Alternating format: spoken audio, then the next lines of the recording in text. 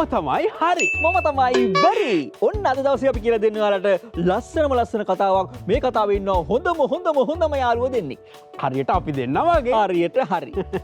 මේ යාළුවන්ගෙන් එක්කෙනෙක් තමයි අනිවාර්යෙන් ඉතින් නරියා. නරියෙක් මේ කතාවේ ඉන්නවා. හරි. නරියට හිටිය හොඳම යාළුවෙක්. ඒ තමයි හාවා.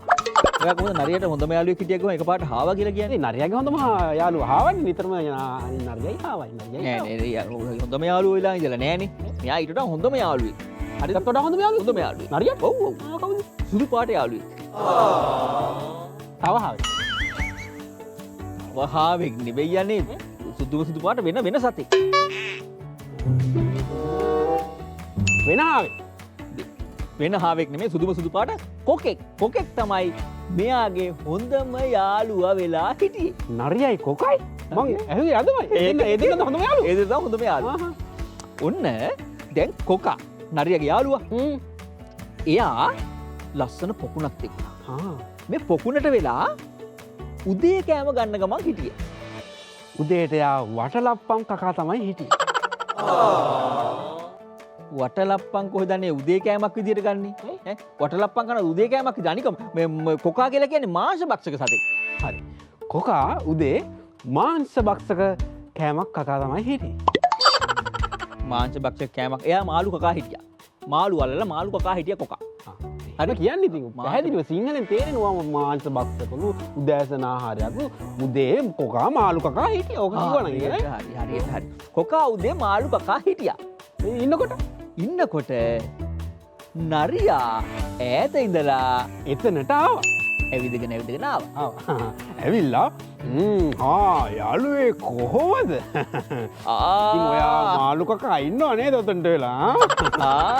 කොකාමි කොහොමද? හොඳයි. තනියම කන්නේ ඉතින්. නෑ. ඉතින් මං නරිහාමිට හැමදාම මං ගානේ මාළුවෙක් දෙනවනේ උදේ කෑමට. ඒක කන්නම තමයි අදත් ආවේ. ඒකනේ ඉන්නකම හොඳ රසවත් හොඳ මාළුවෙක් ඔයාට අල්ලලා දෙන්න. හොඳ ගෝල් පිස් කෙනෙක් අල්ලලා දෙන්න. ගෝල් පිස්ලා කොහෙද දන්නේ? ඒකේ ගෝල් පිස්ලා මේ ගෙදර ටැංකිය වල ඇති කරන මාළුවෙක් නේ. මේ වැවේ ඉන්න පොකුණේ ඉන්න මාළුවෙක්. කොහොම හරි කියලා නරියා ඔයා නැත්තම් ගෝල් පිස්ටයි කැට් පිස්ට එක එක මාළු කියන්න ගන්නවා.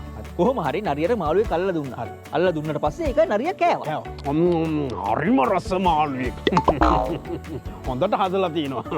කවුද? හොඳට හදලා තියෙන්නේ කවුද? උයලා නෙමෙයි. උයලා කවුදන්නේ මාළුව එහෙම අල්ලලා එහෙම කොකා දුන්නා. එතකොට උයලා අමු වෙන්නේ කන්නේ. උයි සත්තු. අමුවෙන්නේ කෑ? ඔව් නැත්තම්. එහෙමනේ කොක්කෝ ඉතින් සත්තු කන්නේ එහෙමනේ.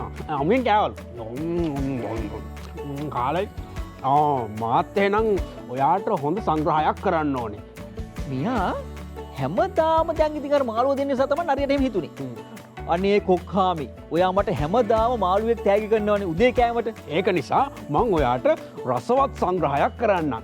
ඔයා එහෙනම් හෙට රෑට අපේ ගෙදර තියෙනවා ලස්සන ලොකු පාටි එකක්. ඔයා ඒකට එන්න. මං ඔයාට හොඳ සංග්‍රහයක් කරන්න. හරියට හරි.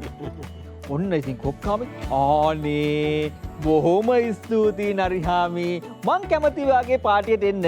මං එනං හෙට හවස අනිවාර්යෙන් නොරදවාම ඔයාගේ ගෙදරට එනවා. ඔයාගේ ලෑස්ති කරලා තියන්න. ඔන්න දැන් හෙට රෑ ආවලු. ඔන්න දැන් නරියා බැලුම් එල්ලලා ලයිට් දාලා කැන්ඩල්ස් පත්තු කරලා ලස්සන පාටියක් ඇරේන්ජ් කරාලු. ඒ කියන්නේ මොකක් හරි මේ උපන්දින සාදියක්ද බැලුම් එල්ලලා කැන්ඩල්ස් පත්තු කරලා මෙහෙම රේප් මේ වැද්දලා මොනවාද? ඉතින් අපි නම් පාටි වලට එහෙම බැලුම් එල්ලනවා ලස්සනට ඒ සරසනවා මේ ලස්සනට පාට එහෙමනේ අපි පාටි කැලේ කොහෙද මේ බැලුම් තියනවද පහන් තියනවද? එහෙම නෑ ලස්සනට යාලා මුලින්ම කරන්නේ හොඳට රහට කෑම ටික වියලා දෙනවා. පුටුවක් මේසයක් තියලා තියෙනවා දෙන්නට වාඩි වෙන්න. එතකොට ඔන්න දැන් ගෙදර අරයා පාටිය තියනවලු. දැන් ඔන්න එනවලු කොකා ඔන්න ආවලු. ආවට පස්සේ නරියා ලෑස්ති කරලා තිබුණලු රසම රස පුඩිම. පුඩින් කොහෙදනේ? එයා රසම රස සුප් එකක් තමයි ලෑස්ති කරලා තිබුණේ.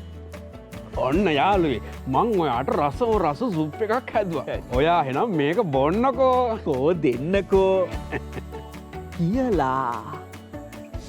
මේක හරිම සුවඳයි. සුවඳෙන් කියන්න පුළුවන් හොඳ රසවත් සුප් එකක් කියලා. එහෙනම් බීලා පෙන්නන්නකෝ. හැබැයි ප්‍රශ්නයක් තියෙනවා. මොකද නරියා කොකාට ඒ සුප් එක හදලා දුන්නේ පැතලි පිඟානක මෙන්න මේ වගේ. කොකාගේ හොටේ දිග නිසා බලන්නකො කොකාට බොන්න පුළුවන්ද කියලා. බෑනේ. හොට දිග නිසා මේකෙන් සුප් බොන්න බෑ.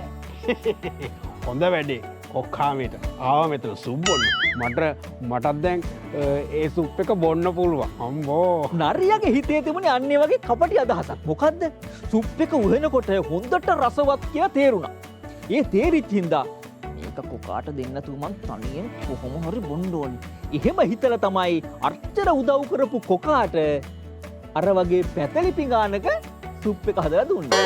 අන්තිමට කොහොම හරි කොකාට ඒක බී ගන්න බැරි වුණා. නරියා ඒකත් දිව්වා. හරියට හරි. හැබැයි ඔන්න කොකා දැන් ගෙදර යන්න ගියා. යන ගමන් මෙයා හිත ගියා මම නරිහාමිට මෙච්චර උදව් කරලා තියෙනවා. හැබැයි ඉතින් මට මේ නරිහාමි එහෙමනේ සැලකුවේ. දැන් මම හොඳ වැඩක් කරන්නම්කෝ කියලා හිතාගෙන තමයි ගියේ. ඔන්න පහුවදා උදා වුණා. උදා වුණාට පස්සේ කලින් විදිහටම කොකා ඉන්නවලු මාළු අල්ලල්ල. නරියා එනවලු කොකා ගාවට. හරියට හරි. කොකාමි කොහොමද ඊයේ සුප් එක රහයි නේද? හරිම රසවත් සුප් එක.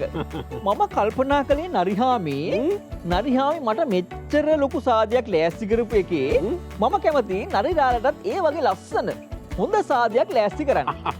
නියමයි මටත් හොඳට බඩ පැලෙන්න කන්න පුළුවන් ඒ කියන්නේ නේද? ඒකනේ. ඔන්න නරිරාලිතින් හෙට උදේ ඉඳලා මොකුත් කන්න ඕනේ නෑ.